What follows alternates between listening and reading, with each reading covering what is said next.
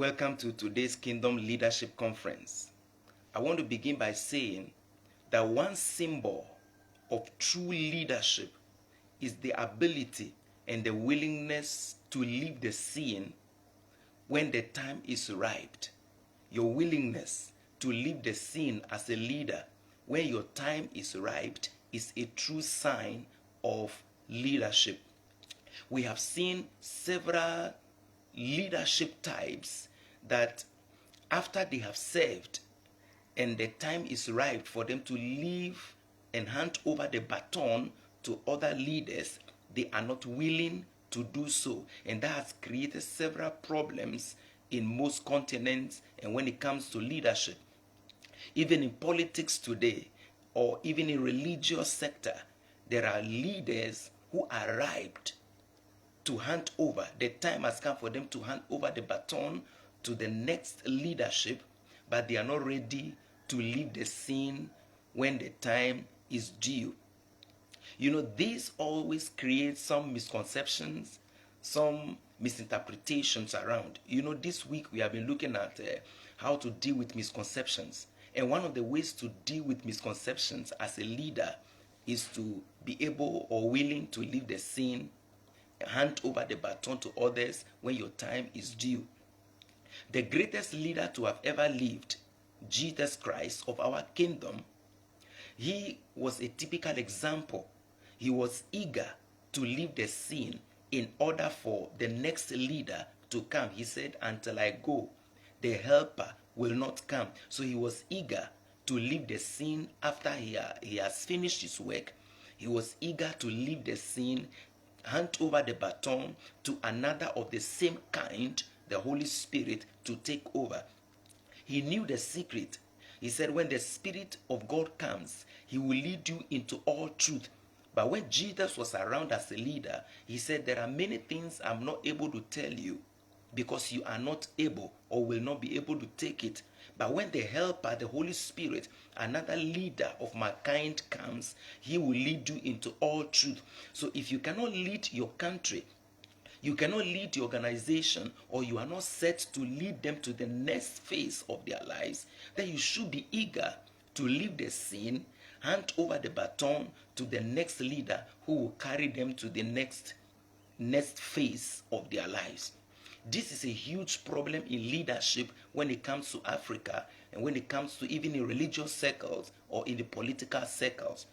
If you don't know how to lead us to the next phase, you are not the one to lead us to the next phase, like we saw in the case of Joshua and Moses. Moses was eager to leave the scene, hand over the baton to Joshua, who will carry them to the next phase of their lives. So most of us are struggling as a group, as an organization, as a country, or as any form of group, because the people to lead us to the next phase of our life do not have the baton. Those in leadership are not ready to hand over the baton or leave the scene for the Joshuas to take us to the next phase of our lives. When Jesus finished his work, he said, it's finished. He handed over, he left the scene, handed over to the 12 disciples. And these 12 disciples were able to turn the world upside down. And we have a great ministry that we have today in Christianity. I am urging you that if you are a leader and you are done, just be ready to leave the scene, hand over the baton to the next generation that would carry that will hold the future of that organization or people. One example to give is John the Baptist. After John the Baptist was done, he was ready to leave the scene. He said, he may decrease, let Jesus increase. He wants the next leader to increase, that he will decrease.